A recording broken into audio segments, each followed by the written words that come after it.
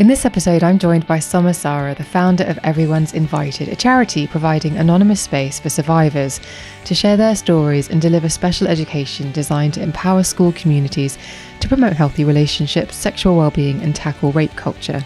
She's written a book also called Everyone's Invited, which features a collection of essays that grapple with the modern sexual landscape and the root causes of a culture that enables sexual harassment, abuse, and violence. So I began sharing those stories, and it just created this avalanche of sharing and people speaking out. And from that, I just got a sense that, this is so much bigger. Everyone has a story. Everyone has a story that they just like it just comes out. They have to tell it. When I'm being interviewed, and it's so interesting that it truly is universal, and this problem is everywhere and has touched everyone in some way.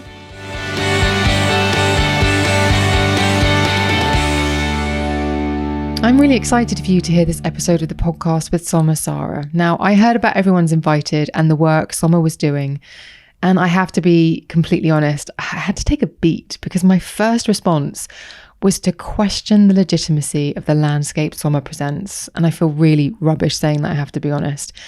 But that's because I was looking at the situation that she talks about through the lens of someone who is twice her age, who is perhaps, unfortunately, a little desensitized to sexual harassment because, and I hate saying this again, it's just something that and I know a lot of women my age would say the same because I've canvassed opinion among my friends, have just come to accept as a really unpleasant part of life. There are always creepy guys, those colleagues you don't work late in the office with, the person who makes you feel uncomfortable, and many other descriptions of situations where women don't feel entirely comfortable. And I think for a lot of people my age, we just kind of thought, that's just how it is. However, I had to remove that bias and look at the situation as it is for the people half my age who have grown up with, among other things, unfettered access to porn, which is distorting their perception of what's acceptable and what's expected. And that's just one part of it, but it's the part I found most shocking and made me realise that if young boys and young girls are seeing hardcore porn, even violent depictions of sex online, then of course it's going to affect their understanding of what's okay and what's acceptable. And so this is where Soma's work comes in, where her community, which is vast, have started to really shed light on the reality of what it's like to grow up in this new world where things aren't getting better. They are unfortunately getting worse. Now, I'm not a parent, but I've chatted to friends of mine who are parents of young boys and girls, and they feel really quite concerned about this situation and are really glad that it's something that's being talked about. So whether you are a parent, whether you are not, I think this will also offer a perspective that perhaps one hadn't necessarily appreciated. So during our conversation, we cover a lot of ground, so much in fact, so let's get straight to it. Here she is. It's Soma Sara, the founder of Everyone's Invited on The Emma Gunn Show. A very, very warm welcome to The Emma Gunn Show. It's Soma Sara. How are you? Hi, I'm good. How are you? I'm really well and really excited to speak to you, actually. And I'm excited to speak to all of my guests, otherwise I wouldn't invite them on the show. But I have to be really honest and say that I heard about you. In fact, it was my dad who read about you in the paper and said, you need to get this person on your podcast. And then when I started to unpick what it was that you do and what you've created with Everyone's Invited, I had my own complicated journey to actually kind of not get on board, but to understand the perspective. So for the benefit of the listeners, because that was a little bit of a tease, would you explain what Everyone's Invited is and how it came to be?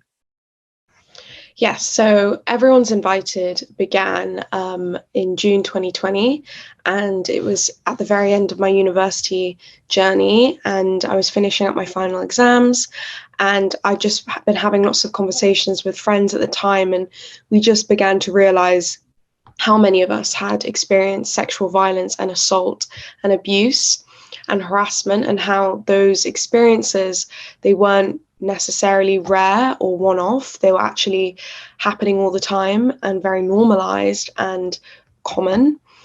And I think when we were younger, we didn't really share those experiences, and there was a lot of stigma and a lot of shame, and there wasn't any kind of sharing or reporting with adults or parents or teachers.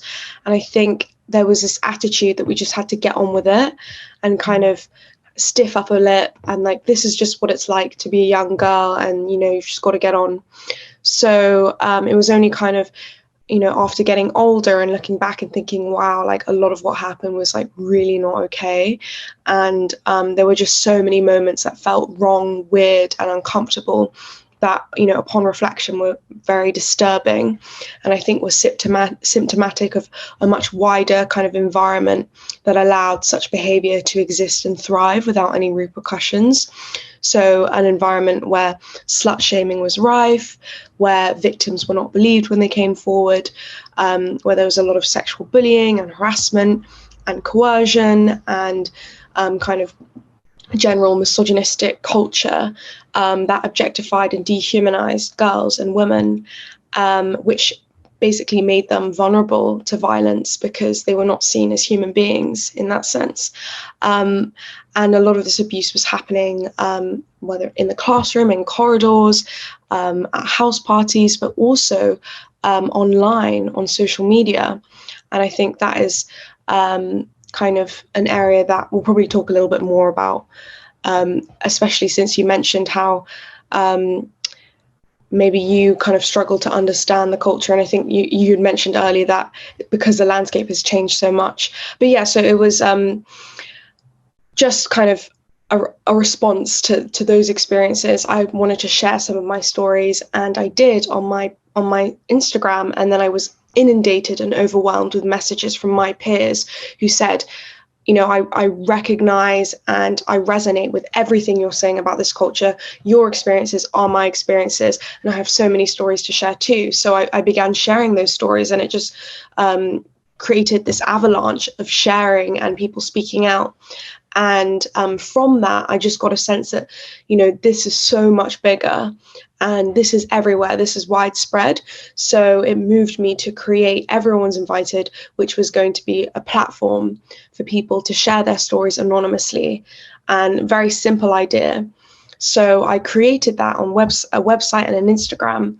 And then over the next few months, I was just building it up. And then in March 2021, things really kind of exploded on social media and also in the press and in the media, where it became a huge national conversation and discussion about rape culture, misogyny and abusive sexist behaviour and cultures in schools and in universities, because we were encouraging our community to name institutions that were kind of associated with any of these stories. And we were collecting tens of thousands of stories and going viral on Instagram, on TikTok, on Twitter, on all these different social media platforms, hundreds of thousands of people kind of accessing the website and our pages, and thousands, tens of thousands of people sharing.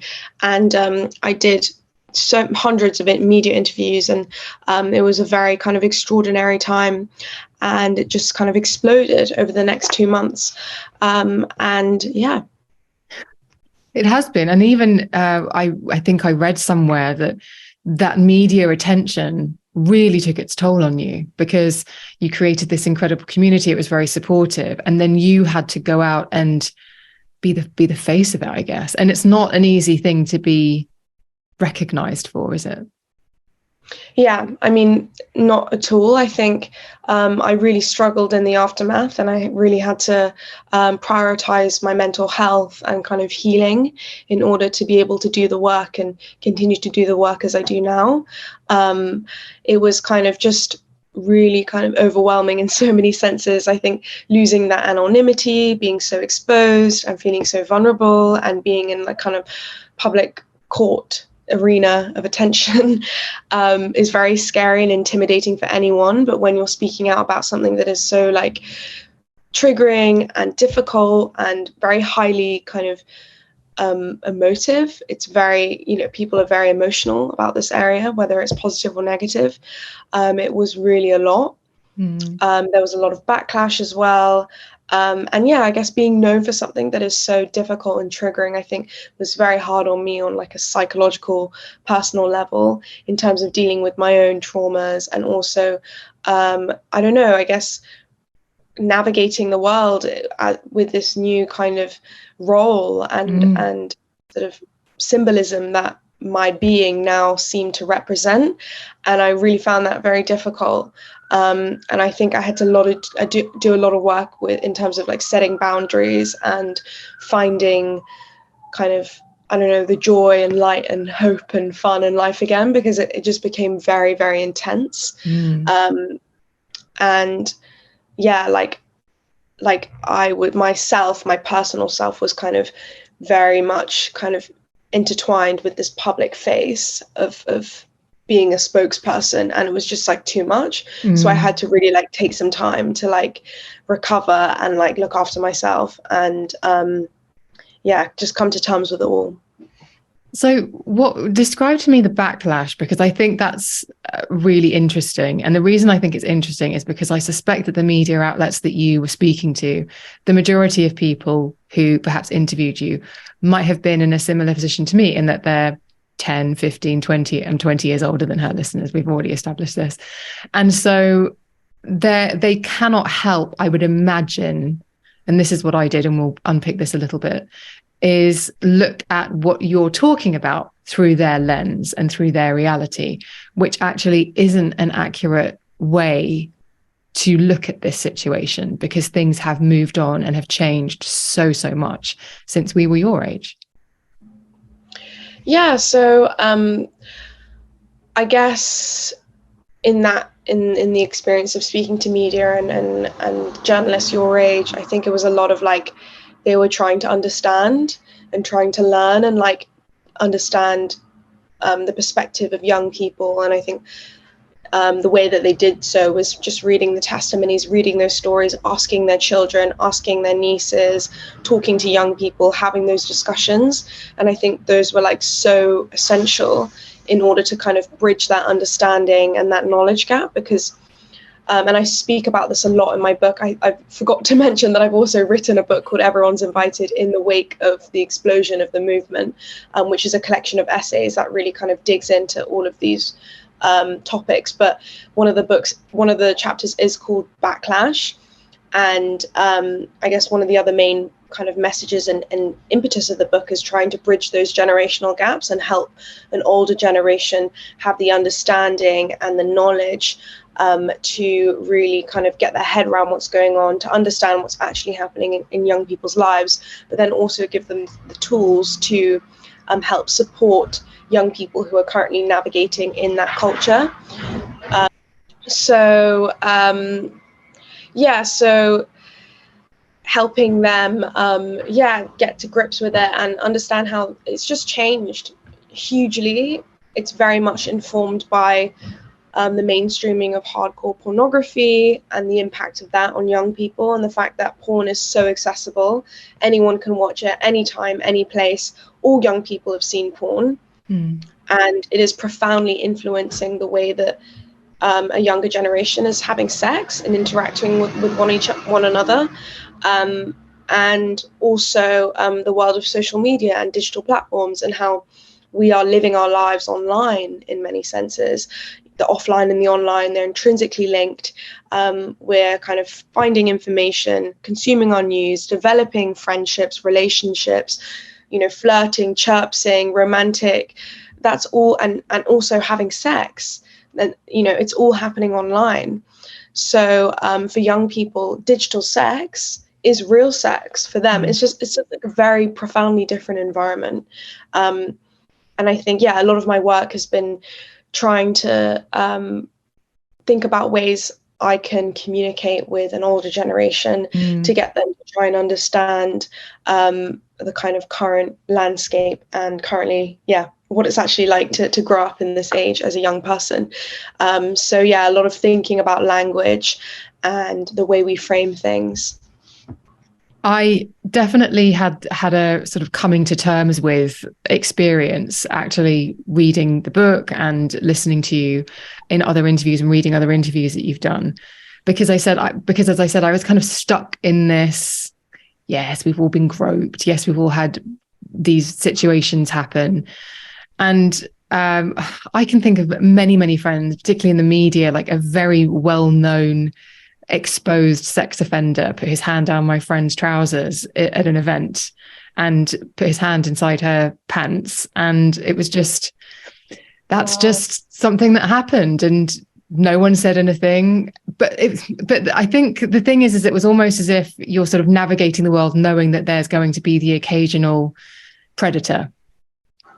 And so I was thinking about it like that, sort of like, oh, we all know that there were people that we used to work with who had funny ideas about how to touch a woman, or thought it was appropriate to always just touch the small of your back when they walk past you. And I did see a meme actually the other day saying, I've never seen a bloke do that to another bloke, which is such a good point.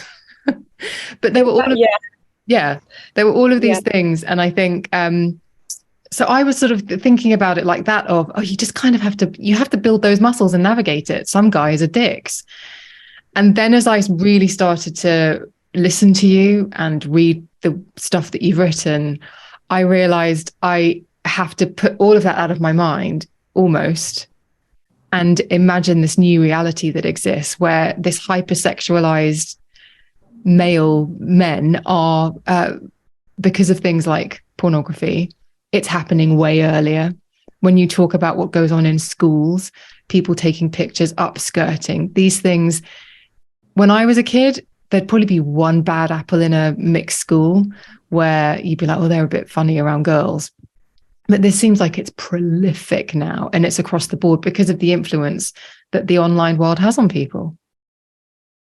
Yeah, I mean, the culture was definitely endemic, and I think, you know, it was not a case of bad apples or bad uns or kind of that one guy who's a bit creepy. It's like, you know, this is so much deeper than that. It's like a broken system that enables these people to behave in the way that they do. And it's not just those individuals who are perpetrating those behaviors.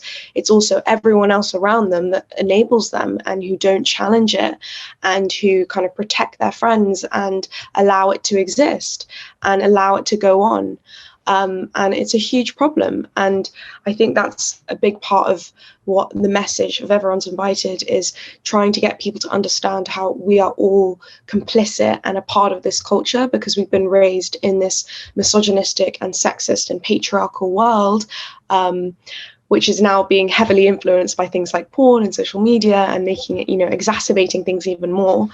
So inevitably, we will all have this internalized sexism, internalized misogyny, and these kind of toxic traits and instincts.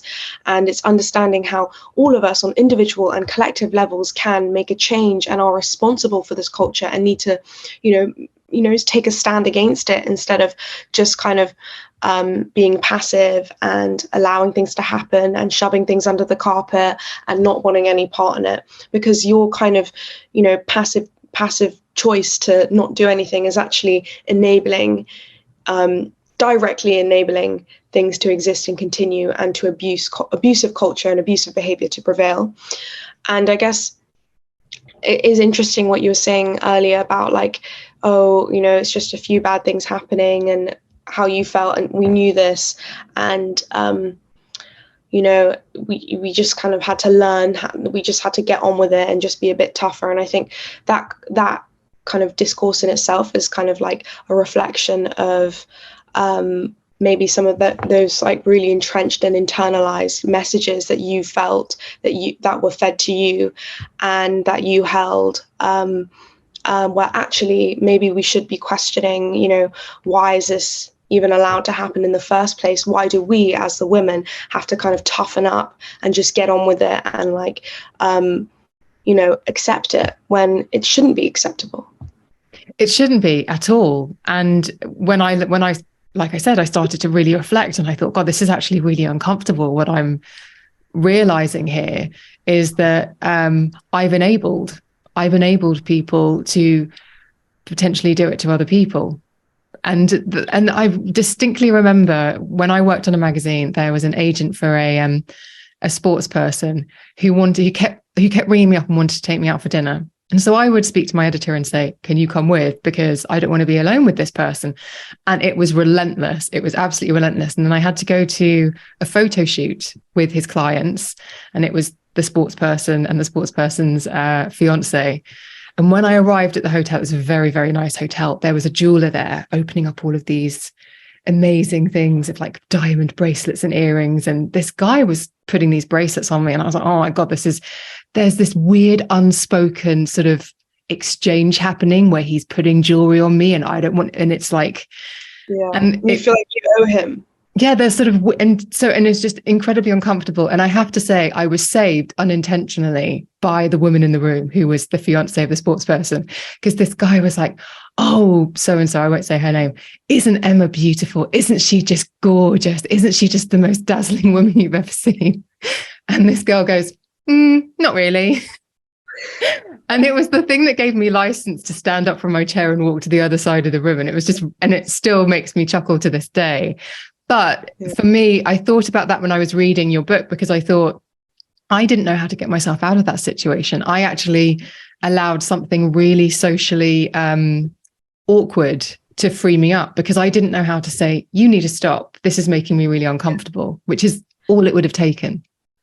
And I think it really comes down, it's so deep, it's so much deeper than like just the kind of, oh, we need to have the confidence to just say, to say stop, say no. It's like we have been socialized as women to, you know, accept, to put others' comfortability before our own, to kind of endure pain, endure discomfort, to be passive, to not stand up for ourselves. And these are messages that we've been receiving since like so early. It's like part of the femininity, the kind of a social script that tells us that we can only, you know, that we're not allowed to like speak out and say no. And I think, yeah, it's hugely problematic. And yeah, it's so incredible. You know, I was just thinking when you were telling me that story, is that every time I speak to a podcast person or a journalist or anyone who I've kind of met doing this work, everyone has a story. Everyone has a story that they just like it just comes out. They have to tell it when I'm being interviewed. And it's so interesting that it truly is like universal, and like this problem is everywhere and has touched everyone in some way. So yeah, thank you so much for sharing that. Oh, well, I mean, I look back on it and I just chuckle, because it was a girl going, no, not really. It still makes me laugh to this day. Beauty is in the eye of the beholder. I have no ill will. But it's that interesting thing, isn't it? Is that this thing can happen to you. You can feel it. And that's the thing. It's an intangible, isn't it? This person made me feel uncomfortable. No transgression had occurred in that example that I just shared, as lightweight as it probably is in comparison to a lot of the testimonies that you've received. But it's intangible. It's I felt uncomfortable. I felt that there was an implication of, I felt that there was this. And there's something very strange that happens where you try to solidify a feeling into, this person is doing this. And it's that transition that's really difficult, isn't it? Because you can feel it. But the minute you try and turn it into a real thing, like this person's making me feel uncomfortable, then it becomes an accusation and it becomes more solid. You become the aggressor. The person saying it, saying how they felt, becomes the aggressor. That's so interesting. Yeah. And I think like we've all been in that position. Like it's so hard to like put it into words, like put that feeling into words. And as soon as you do, as women, we're kind of like dismissed and accused ourselves. And like it's so difficult. And I think a lot of the kind of passive responses, like why women haven't called it out or have just endured it, is also genuinely like a survival instinct. Because like when they, you know, do actually, like I remember growing up, so many of my friends felt this, that like it was actually easier when they were kind of felt really pressured to do something sexual. It was easier for them to go on and just do it rather than like putting up a fight, because that kind of to them felt like more dangerous than just like doing like falling into the pressure of that situation. So I think we have to be like really conscious as well that like, yeah, in a lot of these cases, it does feel like that is a kind of survival sort of reaction of like, I just like need to kind of get myself out of the situation in like the safest way possible. And maybe what I have to do is kind of play along for a bit until kind of exit, you know, and yeah, it's really disturbing to think about. Yeah, actually, that's making me think about a friend of mine who I remember she told me once that she was like catnip for guys. She was one of those people you go out and she would just have a line of people who just wanted to be near her. And I remember her saying once that sometimes she does just sleep with people just to get rid of them. And I was so shocked by it because it's sort of not Yeah. my programming. Doesn't make her wrong or me right, by the way. But it was so shocking because I'd never had that experience of thinking that would be the easiest option. I'd never come across that. But I'm guessing when you got all of these testimonies, you must have had lots of different perspectives, lots of different people's experiences who had completely maybe contrary sensibilities to you. And how was that for you, sort of digesting it all? Because it must have been very eye-opening to the female experience through many, many eyes. Yeah, I think it was like really kind of groundbreaking for a lot of people. And like, I guess one of the things that people always say or often say is that when they read the testimonies, they realize so many things that they hadn't really processed or sat with, like, or they'd realized they'd been assaulted too, or they'd read things and said, oh my goodness, like that story is my story. Like I haven't submitted a testimony, but that is word for word exactly what I went through. And like someone's articulated it in the way that I couldn't. And now like everything has fallen into place. So I think it just goes to show like how common this behavior is and how many of us have endured it.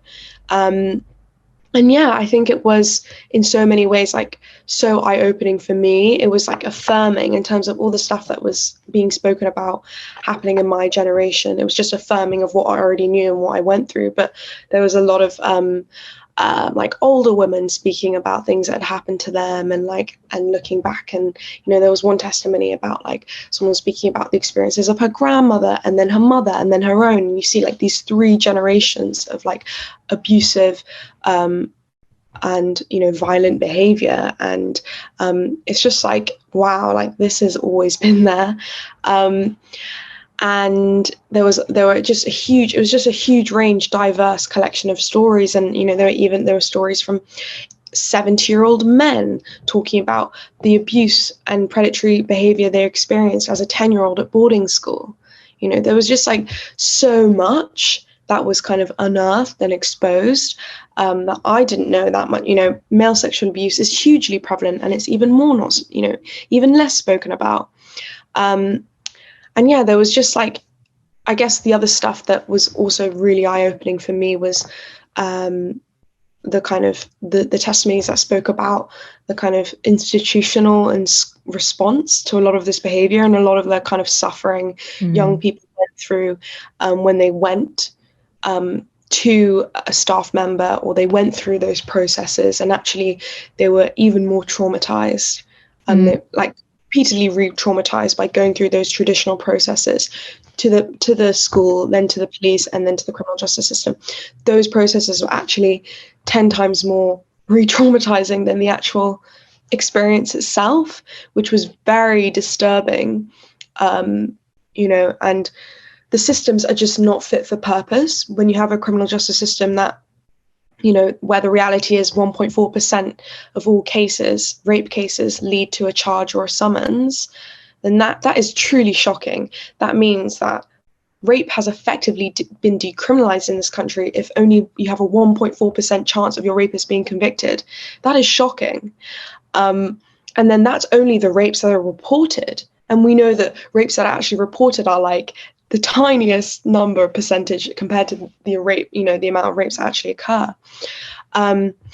So yeah, I guess like that was a huge one, the kind of the stories that show the kind of failures, the institutional failures of the people in place that were meant to be there to protect young people or victims or survivors, and how those systems are just not fit for purpose. That was really devastating to like truly understand and read about.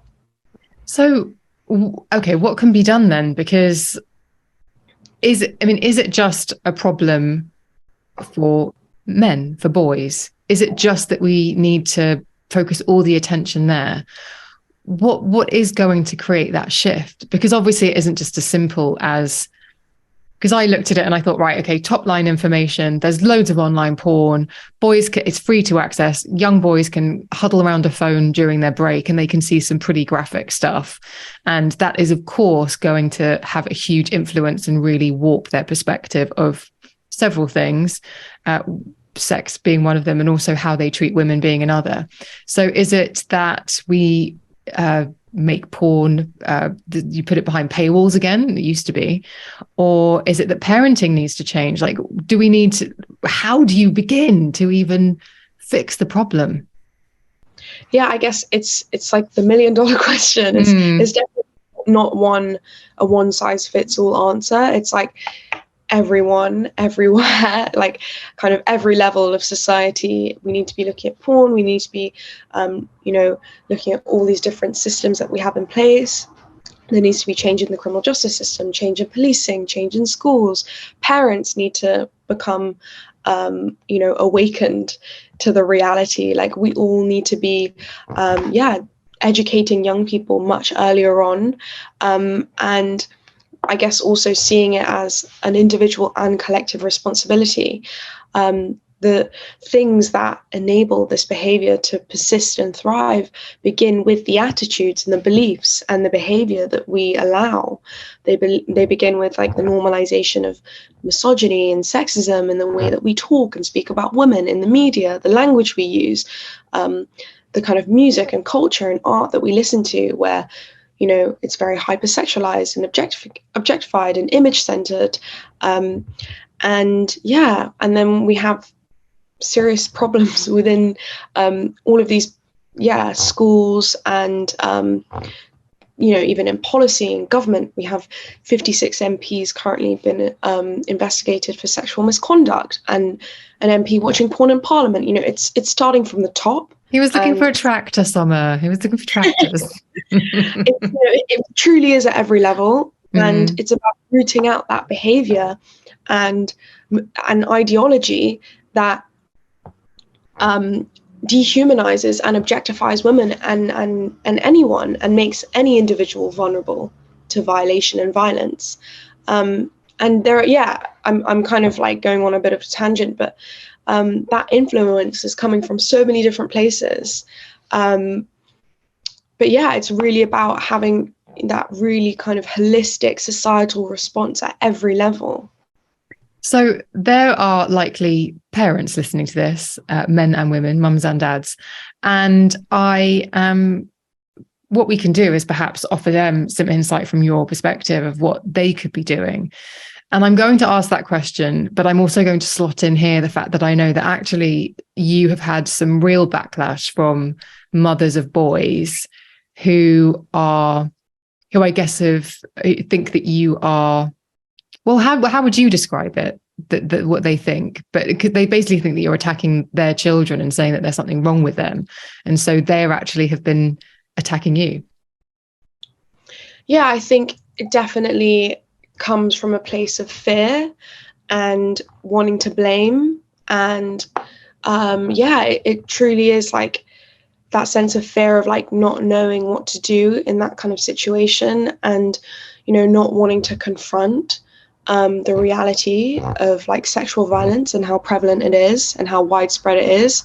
And I think the word rape, the thought of rape, it has, the connotations are brutal, they're cruel. People don't want to kind of come to terms with it. They don't like to confront it. I think they'd rather, be far away from it, absolve themselves from any responsibility and kind of sweep it under the carpet. It's almost like the survival instinct. They want to remain in a bubble of safety and be as far away from something ugly and brutal like rape. I think it comes from that fear and just wanting to blame and shame and blame someone else. But is the implication therefore that this world that younger boys are living in, I say younger boys because I just still can't get my head around the fact that this happens in school, but okay, so men are exposed, boys and men are exposed to this onslaught of online porn and misogyny, and people are being platformed, although deplatformed, who are sharing some really quite toxic ideology, is the implication that if that isn't stopped, then it's going to create rapists? Yeah, because you are, essentially normalizing an abusive, misogynistic culture, which is about dominating, taming, and suppressing women, and something like porn actually normalizes and sanctions sexual violence because of how violent and extreme and hardcore the scenes are, that often don't include anything close to consent, where the distributions of power are very clearly set out, where women are objectified and dehumanized and reduced. And that kind of culture does inevitably bleed into people's behavior and people's interactions and how people interact with each other and how people have sex. I speak about this in my book, and it has normalized violence in sex. And yeah, I guess for those women and anyone who's kind of come at it with anger and have been part of that backlash, I guess what we've been really trying to say and kind of get the message across to them is that we are all responsible for this, and we all have a responsibility. It's not just on you, it's not just on your boy or that individual perpetrator. It's a cultural issue that we all have a part and a role in, and a responsibility in, and therefore we have a responsibility in making a change.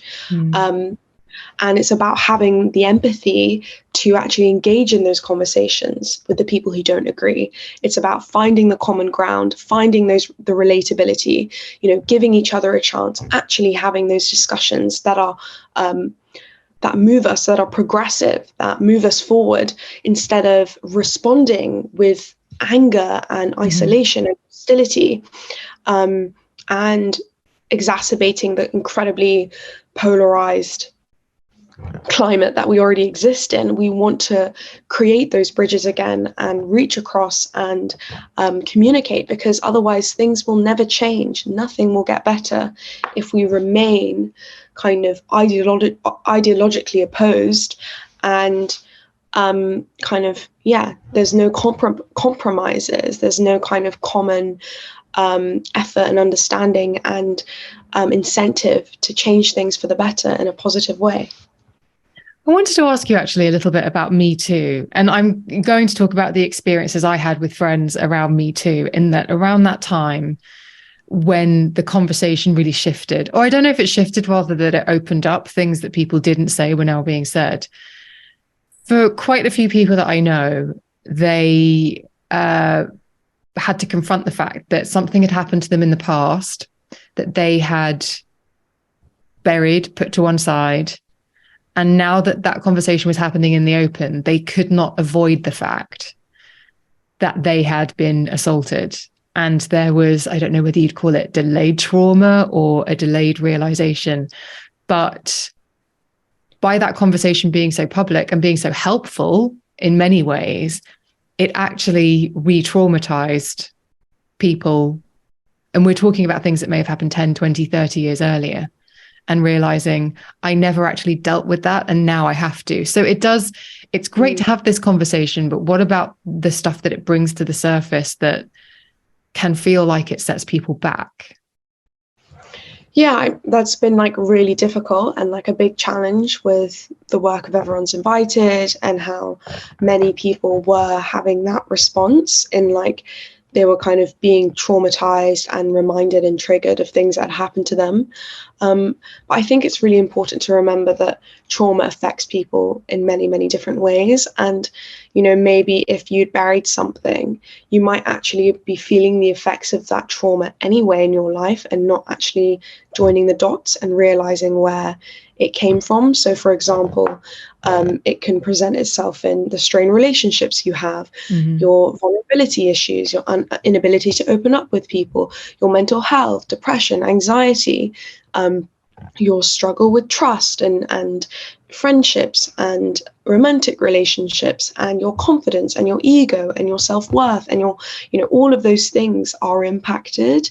And yeah, I think yeah, in the short term, it might have been a shock and kind of triggering for many people, I think. But in the long term, I think it really transformed and helped so many understand where their trauma originated and enabled them to kind of begin that journey of healing. Mm-hmm. We can talk about men and boys being the problem. What role can women and girls have in, and I'm being very binary here, listeners, just for simplicity, but just acknowledging everybody is invited. That's the whole point of everyone's invited. So I appreciate I'm using quite binary language. But in this particular issue, what can we be teaching? Actually, I'm going to come back to how do we accommodate all of the gender fluidity, gender identity in everyone's invited? Because I've been extremely binary up to this point, because in my head, there's just a division of male and female. But is that inaccurate?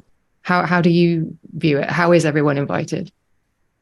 Yeah, I mean, so first of all, just to clarify, the problem isn't just men and boys, it's like everyone in society. And we need to make sure that men and boys are included in this dialogue and make space for them and make them feel like they can be part of the change, because that's the only way we're going to really change things. And I guess everyone's invited truly means what it says. All people of all backgrounds, all identities have a place in this discussion, and it is a platform for all. Because I've even speaking to trans friends who feel incredibly vulnerable just leaving the house because of the abuse they may receive. And it was heartbreaking when one friend actually said, I just don't know who it's going to come from, because some days it does come from a group of lads, another day it might come from an older lady who hasn't seen anyone like me before, who feels comfortable saying something unpleasant to me. And that really is heartbreaking. But as you say, it is for everybody. So how do we begin to empower the people who are affected by this, whether you say victims or not? So how do you prevent this from happening to you? What is it about establishing boundaries? Is it about being really strong when you say, I don't like this? Like, how do you do it without having what we've talked about previously, which is that thing of then turning into the aggressor? Well, I believe that the onus should really be on society and on everyone to create safe spaces, non-judgmental safe spaces where survivors are supported, whether that be in a school or in a university or in a business or in a company or in parliament. If you've been mistreated, if something has happened to you, there is somewhere and some place and someone that you can go to that is visible, that is there, where you can, seek support, seek help, and that, where you're listened to, where you're validated, and where you're taken seriously. That's really, really important. And also just raising awareness and educating people on a public societal level in schools as well, from a young age about all of these issues, all of these different behaviors that can occur, and how the attitudes and ideas that leads, it's an incremental culture that leads to the behavior, and then in the worst case scenarios, those criminal acts. So everything is connected in this culture. So educating, creating awareness, building those safe spaces, continuing this conversation, encouraging people like in parliament, government, to prioritize this area, as you will with school boards and heads and teachers in charge. Make sure that they prioritize and care about these issues, and take safeguarding seriously. I was thinking when I was thinking about having a conversation with you about where people learn about sex, and it is usually in the playground. And I remember a family friend saying, do you want to have the conversation with your children about the birds and the bees? Because they're going to learn it from their friends. They're going to figure it out. And that made me think, actually, it's not just about the mechanics of sexual intercourse that we need to be as parents. And I'm thinking very much about my listeners who have kids and will want to take some action after this, listening to this conversation. It's not just about that mechanical conversation, the birds and the bees, this is how this works and this is what goes where. Is it now that there's an adjacent conversation that has to happen with that about and here's what respect is, and here's what consent is. Yeah, I'm 100%. You can definitely have those conversations with young people much earlier on, like talking about the importance of respect and consent and setting boundaries and being kind to one another and looking out for others and love and, being kind. It's very simple and basic, and we can begin that earlier. And yeah, that can begin in primary school. When your child is 3, you can teach them about being kind to others. It's not rocket science. And yeah. Do you think that people might present as being completely fine and normal? And fine and normal meaning they're polite, they're kind, they help old ladies across the road, they hold doors open for people, but yet something shifts when things become sexual. Is that a profile? Yeah, that is, it can happen, and it does happen. And I think that's another thing that also is very challenging for survivors when something like that does happen, when they have experienced assault or rape, and they try and tell people, they try and tell their community and seek support from their friends, and they're invalidated because their friend says, oh, I know him, he's only ever been nice, he would never do that. He's such a nice guy, he'd never do that. So yeah, I think we need to remember that all of us, we are all incredibly complex. We are riddled by our traumas and our positive experiences, and we are ultimately very capable of wonderful, lovely, good things, but also harm. We're capable of harming others and hurting others and being perpetrators. We are the victims, the perpetrators, and the bystanders, and we can move between these roles. And it's about understanding human beings as very complex. We are very, we've been socialized and indoctrinated by our environments, our experiences, by the kind of media we're exposed to, by the porn people watch. It's very, very, it's deeply kind of embedded within us. So we can, be these different roles. And it's about not reducing people to a one-dimensional existence. When people reduce, say that rapist, it's an evil, dark stranger in an alleyway. You're making it, that's perpetuating a really harmful myth that makes it seem like it's a really rare thing that happens once in a blue moon by like a really evil man. But actually it happens much more common. And the reality is, nearly all rapes are committed by someone known to the victim. That is a friend, a co-worker, a family member, a husband, a boyfriend, a partner. It is more than often someone that I think it's about two and three or more. Sorry, I should really get that stat, but it is very, overwhelmingly much more common for most rapes do occur by someone known to the victim. But when you say that, I can't help but just feel like, well, why the hell would I ever go out and speak to people? Because it's that culture of fear, isn't it? Just kind of like, I'll stop doing things just in case. And I read a brilliant book. In fact, when I studied for my postgrad, my brother gave me this book I don't know if you've read it, but I highly recommend it. It's called The Gift of Fear by Gavin de Becker. It's an absolutely incredible book. And it tells you, broadly speaking, to listen to your intuition and to really pay attention to what your gut is telling you to get yourself out of terrible situations.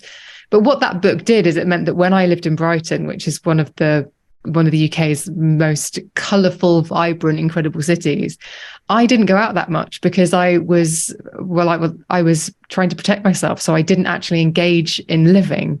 And that is one of the things that can happen, isn't it? It's like you think about all of the people who text when you get home, carry keys through your fingers. Like you start to limit your life because of a potential threat. Yeah, I think that is a really universal experience that all women have. Like, it's like that implicit fear of violence that it's like the background music. There's always that sense of like, you have to be vigilant all times. You have to be aware, awake. And we shouldn't have to live like that. it's really sad. Like, as you say, it is limiting. It's like we're not able to truly live our full, free lives. And I talk about this in my book, and Rebecca Solnit, who I quote, she talks about kind of the impact of public sexual harassment in a really fascinating way. And she talks about how public sexual harassment, the fear of violence when you're outside, basically creates these, like, it forces us back into the homes. So rely on the material barriers of our homes, and then it also forces us to rely on men to feel safe when we go outside. So again, like, it is so disempowering. And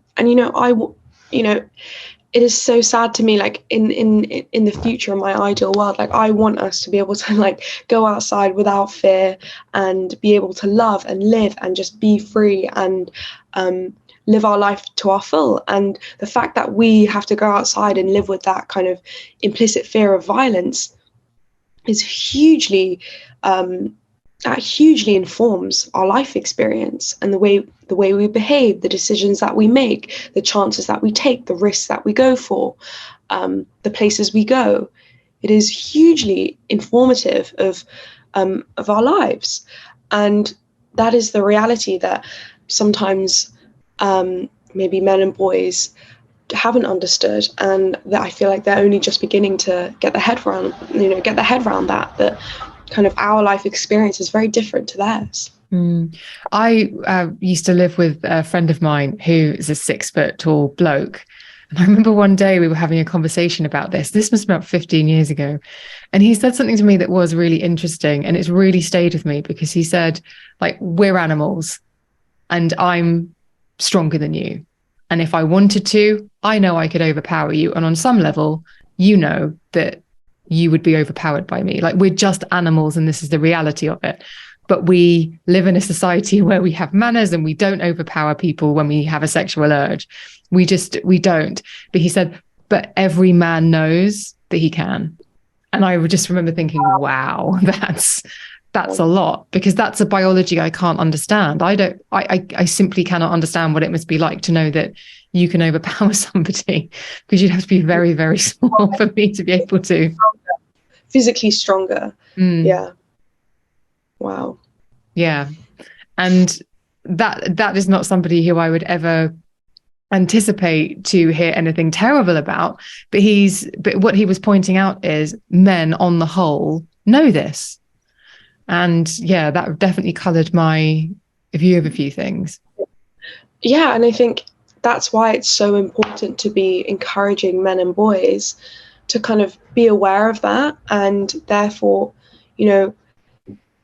for them, like, take that responsibility and do things to, being conscious and doing things, looking out for others and making sure other people feel safe. I remember when Sarah Everard passed, and there was that conversation about the way what men can do. And I remember reading something about how if you're crossing the street as a man, if you're walking down the street and there's a girl in front of you and it's late at night, cross the street so then they don't feel vulnerable. And that actually is pretty groundbreaking, because that really would make a huge difference to, like, we've all felt it walking home and you're, like, scared. Having someone that would make a big difference, I think, in our lives, and just being aware and conscious of things like that, and looking out for others, and standing up for people, challenging your friends, holding your friends accountable if they're being misogynistic, abusive, using gross derogatory language, questioning them, but doing it with empathy and understanding, and not getting angry, just questioning people, and actually becoming an active bystander, and men and boys taking on that responsibility and knowing that they do have a role and a really crucial, important part to play in this, because they do have more strength and dominance, and they're also more influential amongst each other. There's also... Sorry, I was just saying that we need to be encouraging them to become role models for positive change, essentially. Yeah, there's this thing that I have a really uncomfortable history with, which is that I have been able to laugh things off And this is a really difficult one to articulate because I understand that it might be quite controversial, but I remember a friend of mine discovering that a school that they had gone to when they were young, there had been some pretty extensive abuse going on, but they had never been impacted. And someone said to them years after the fact, oh, you're just one of those that it wouldn't happen to. No one would try their luck with you, as it were. And it was like, oh, gosh, that's interesting. That's quite worrying, isn't it? Like seeking out victims and a type of person. And I've definitely been in situations where I have been around people who I know to be predatory, and you very quickly establish that you either laugh at them or you're in on the joke, and you put yourself slightly in a protective bubble. Do you know what I'm trying to say?